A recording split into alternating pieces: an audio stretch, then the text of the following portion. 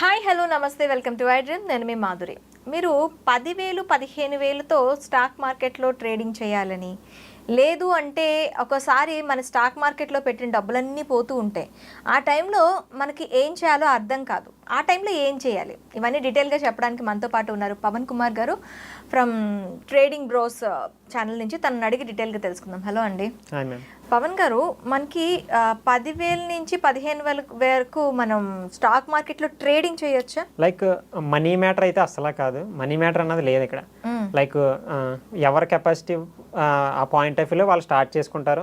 ఎక్కువ ఫండ్ ఉన్న వాళ్ళు ఉంటారు, తక్కువ ఫండ్ ఉన్న వాళ్ళు ఉంటారు. ఇట్స్ ఆల్ అబౌట్ మనం చూసే పాయింట్ ఆఫ్ వ్యూ ఎలా ఉండాలంటే పర్సంటేజ్ అనమాట. ఇప్పుడు 10,000కి లైక్ 10% అనుకోండి. సో 1,000 సంథింగ్ ఈ పాయింట్ ఆఫ్ వ్యూ. అదే 1 lakh అనుకోండి, లైక్ 10,000 అలాగా. సో ఎంత ఫండ్కి అంత రిటర్న్స్ అన్నది జనరేట్ అవుతుంది. దీన్ని మనం చూసుకోవాల్సింది ఏంటంటే పర్సంటేజ్ పాయింట్ ఆఫ్ వ్యూలోనే చూసుకోవాలి. ట్రేడింగ్లో 10,000 15,000 అంటే సెగ్మెంట్స్ ఉన్నాయి మేడం. ఇక్కడ F&O సెగ్మెంట్స్లో బయ్యింగ్ని మనం 10,000తో కూడా స్టార్ట్ చేయొచ్చు. ఒక లాట్ని బై చేయడానికి మనకి 7,000 అలా అవుతుంది. అదే ప్రీమియంని మనం సెల్ చేయడానికి, ఆప్షన్ సెల్లింగ్ చేయడానికి 1 lakh అవుతుంది. ఓకేనా, అదే ప్రీమియం. సో అదేవిధంగా స్టాక్స్లో అనుకోండి, స్టాక్స్లో డిపెండ్స్ ఆన్ స్టాక్ యొక్క ప్రైస్. 10 రూపీస్ ఉంటాయి, పెన్నీ స్టాక్స్ ఉంటాయి, మల్టీ బ్యాగర్స్ ఉంటాయి, అదేవిధంగా బిగ్ స్టాక్స్ కూడా ఉంటాయి. సో ఈ విధంగా మనం ఈ పాయింట్ ఆఫ్ వ్యూలో చూడొచ్చు. నేను నా పాయింట్ ఆఫ్ వ్యూలో అంటే మనీ మ్యాటర్ పక్కన పెడితే ఫస్ట్ ఆఫ్ ఆల్ థింగ్ నాలెడ్జ్ని నేర్చుకుని తర్వాత స్టార్ట్ చేయాలి. ఆ నాలెడ్జ్ని నేను ఎలా డివైడ్ చేశానంటే 3 టైప్స్లో డివైడ్ చేశాను. ఓకేనా, ఇన్ఫర్మేషను, కన్ఫర్మేషను, ఎక్స్ట్రా కన్ఫర్మేషను. ఓకేనా, ఇన్ఫర్మేషన్ అంటే ఈ 3 పాయింట్లు బాగా గుర్తెట్టుకోండి. ఈ 3 పాయింట్లని డివైడ్ చేసుకుని మీరు ఆ 3 పాయింట్లు బేస్లో నేర్చుకుంటే మినిమం తక్కువ టైంలో, ఎక్కువ టైం పట్టకుండా, తక్కువ టైం మీన్స్ అంటే 3 monthsలో 6 monthsలో మీకు ప్రాపర్ నాలెడ్జ్ని మీరు బేస్ చేసుకోవచ్చు. చాలామంది ఎక్కువగా లాస్ అవ్వడానికి కూడా రీజన్ ఏంటంటే ఒక ప్రాపర్ గైడెన్స్ లేక. అంటే ఎక్కడ స్టార్ట్ చేయాలో ఎక్కడ ఎండ్ చేయాలో తెలియనప్పుడు అది ఎంత ఈజీ థింగ్ అయినా సరే మనం చేయలేం. అవును. సో స్టార్టింగ్ ఎలా చేయాలి, ఎండింగ్ ఎలా చేయాలన్న పాయింట్ ఆఫ్ వ్యూలో నేను చెప్పడానికి ట్రై చేస్తాను. సో ఇన్ఫర్మేషన్ అంటే ఇన్ఫర్మేషను ఫస్ట్ ఇది గుర్తుపెట్టుకోండి, లేకపోతే రాసుకోండి. Information, confirmation, extra confirmation. Information అంటే మీకు ఏదన్నా ఒక స్టాక్ మార్కెట్ కదా, ఏ థింగ్ గురించి అన్నా తెలియడానికి ముందు ఒక ఇన్ఫర్మేషన్ కావాలి మనకి. అంటే దాని గురించి పూర్తి అవగాహన ఉండాలి. అవగాహన లేకపోయింది అనుకోండి ఆటోమేటిక్గా పోతాయి. సో ఫస్ట్ రాంగ్ స్టెప్ అక్కడే పడిపోతున్నట్టు. సో అవగాహన ఎక్కడి నుంచి తెచ్చుకోవాలి బ్రో? నేను డైలీ దాని అప్డేట్స్ ఎలా తెలుసుకోవాలి, దాని న్యూస్ని ఎక్కడ చూడాలి అంటే మీకు మనీ కంట్రోల్ అని ఒక వెబ్సైట్ ఉంటుంది. ఆ మనీ కంట్రోల్ వెబ్సైట్ని చూసారనుకోండి, దాంట్లో మీకు డైలీ న్యూసెస్ అన్నీ మీకు జనరేట్ అవుతుంటాయి అనమాట. సో దాంట్లో న్యూస్ చూడొచ్చు. స్టాక్స్ న్యూస్ వస్తుంటుంది, మ్యూచువల్ ఫండ్స్ న్యూస్ వస్తుంటాయి. మీరు చాలామంది చూస్తున్న వాటిలో స్టాక్స్ మీద ఇన్వెస్ట్మెంట్ చేసి ఉంటారు, మ్యూచువల్ ఫండ్స్లో చేసేవాళ్ళు ఉంటారు, ఇంట్రాడే చేసేవాళ్ళు ఉంటారు, స్వింగ్ ట్రేడింగ్ చేసేవాళ్ళు ఉంటారు. వీళ్ళందరికీ కూడా దాంట్లో డైలీ అప్డేట్స్ అన్నీ వస్తాయన్నమాట. ఏదైనా స్టాక్స్ నెగిటివ్ వచ్చిందనుకోండి, ఏదైనా ఫ్రాడ్ జరగడం కానీ, లేకపోతే ఏదైనా పాజిటివ్ రావడం కానీ, కాంట్రాక్ట్స్ రావడం కానీ, ఒక కంపెనీకి కాంట్రాక్ట్స్ వస్తే అది ఆటోమేటిక్గా రైజ్ అవ్వడం ఇలాంటివి కూడా జరుగుతుంటాయి అనమాట. సో ఈ విధంగా ఇన్ఫర్మేషన్ అన్నది మనీ కంట్రోల్లో చూడొచ్చు. లేకపోతే ఛానల్స్ ఉంటాయి, సిఎన్బిసి కానీ ఇలాంటి ఛానల్స్ ఉంటాయి. So news, stock market news సంబంధించింది వాటిని డైలీ మనం మార్నింగ్ టైంలో ఒక 8 o'clock అలాగా బేసిక్ అబ్జర్వేషన్ చేసామనుకోండి, ఆటోమేటిక్గా 3 monthsకి మీకు ఓవర్ నాలెడ్జ్ అవుతుంది. అంటే మీకు కావాల్సిన నాలెడ్జ్ అన్నది జనరేట్ అవుతుంది. ఇది ఇన్ఫర్మేషన్ అయిపోయింది. Next confirmation. కన్ఫర్మేషన్లోకి ఏం వస్తాయంటే మేడం టెక్నికల్ అనాలిసిస్.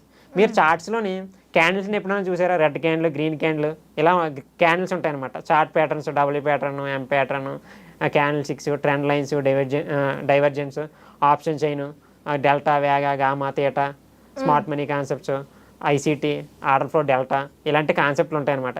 ఇవన్నీ కూడా కన్ఫర్మేషన్లోకి వస్తాయి. ఓకేనా, కన్ఫర్మేషన్లు ఇవన్నీ నేర్చుకుంటే మీకు హాఫ్ ఆఫ్ ద నాలెడ్జ్ వచ్చినట్టు ఈ 2 నేర్చుకుంటే. తర్వాత ఎక్స్ట్రా కన్ఫర్మేషన్. ఎక్స్ట్రా కన్ఫర్మేషన్ అంటే ఏంటంటే ఇప్పుడు న్యూస్ వలన మనకు పాయింట్ ఆఫ్ వ్యూ తెలిసింది ఆ స్టాక్ ఈరోజు పాజిటివ్గా ఉంటుందని. ఓకేనా, కన్ఫర్మేషన్ వల్ల ఏంటైంది, ప్రైజ్ యాక్షన్లో ఎక్కడ వెళ్ళాలి ఆ టైంలో, ఈరోజు పాజిటివే బట్ ఎక్కడ ఏది బ్రేక్ అయితే వెళ్ళాలన్నదే కన్ఫర్మేషన్ వల్ల తెలుస్తుంది. బ్రేక్ అయిన తర్వాత ఇంకా పక్క కన్ఫర్మ్ అయిపోయింది అన్నదని ఎక్స్ట్రా కన్ఫర్మేషన్ తెలుస్తుంది. ఎక్స్ట్రా కన్ఫర్మేషన్ ఏంటంటే ఇండికేటర్స్ ఉంటారు మీరు. ఇండికేటర్లోనే ఉంది, నేమ్లోనే ఉంది. ప్రైజ్ని ఇండికేట్ చేస్తుంది. అది అప్ సైడ్ వెళ్తుంది, డౌన్ సైడ్ వెళ్తుంది అని మీరు వినే ఉంటారు. ఈఎంఏని, moving exponential average, SMMA, smooth moving average. ఇవి ఏంటంటే మీరు ఆ చార్ట్లో అప్లై చేస్తాం మేడం. ట్రేడింగ్ వ్యూ వెబ్సైట్లోని చార్ట్స్ అన్నీ కూడా చూస్తాం మనం. ఆ చార్ట్లో ఇండికేటర్స్లోకి వెళ్ళి మూవింగ్ ఎక్స్పోనెన్షియల్ యావరేజ్ అని ఒక ఈఎంఐని అప్లై చేసామనుకోండి, అది ఏం చేస్తుంది, ఆ క్యాండిల్స్ని టచ్ చేసుకుంటూ ఒక లైన్ డ్రా చేస్తుంది. సింపుల్ లాంగ్వేజ్లో చెప్తున్నాను ఏమనుకోకుండా, ఒక లైన్ అంటే ఒక దారం లాంటి లైన్ ఇలా జనరేట్ అవుతుంటుంది ఇలా. సో ఆ లైన్ అప్ సైడ్ ఉందనుకోండి, మార్కెట్ ట్రెండ్ బుల్ సైడ్ ఉన్నట్టు. ఆ లైన్ కింద ఉందనుకోండి, మార్కెట్ ట్రెండ్ డౌన్ సైడ్ ఉన్నట్టు.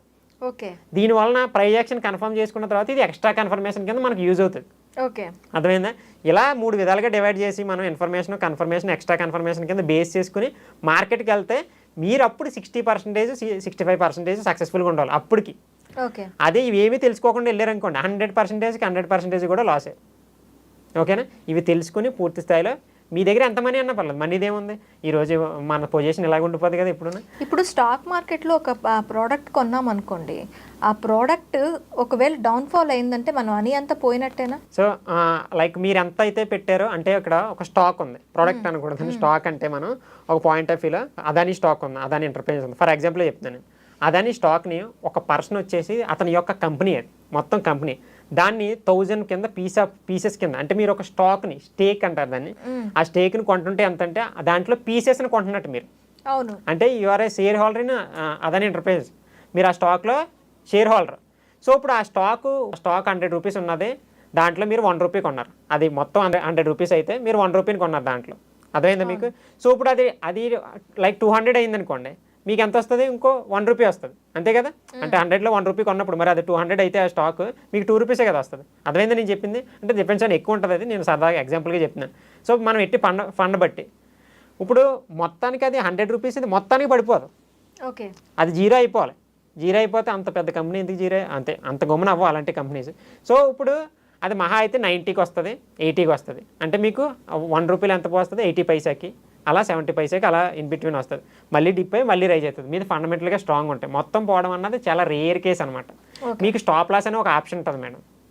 ఓకేనా? ఇప్పుడు ఫర్ ఎగ్జాంపుల్ మీరు 100 దగ్గర దీన్ని కొన్నారు, మీరు స్టాప్ లాస్ ఏం పెడతారంటే 80 దగ్గర పెడతారు.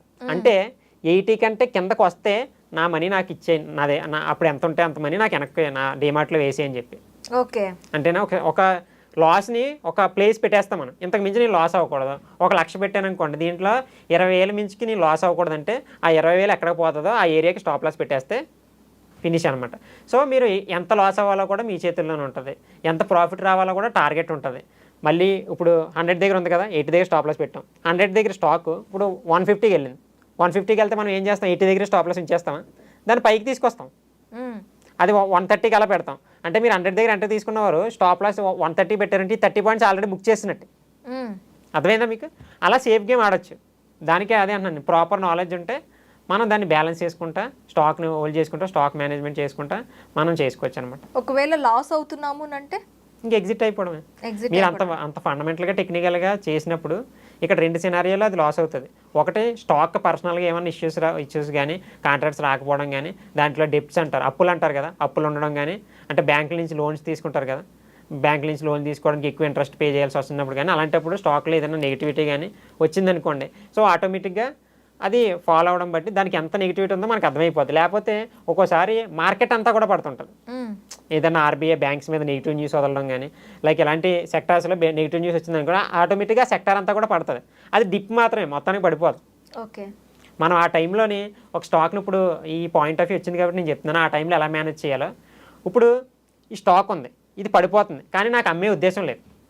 అప్పుడు ఫ్యూచర్స్లోకి వెళ్ళి ఫ్యూచర్ని సెల్ చేసామనుకోండి, అదే స్టాక్ యొక్క ఫ్యూచర్స్, దానికి ఆప్షన్ చైన్ ఉండాలి. అన్ని స్టాక్స్కి కూడా ఆప్షన్ చైన్ ఉండదు.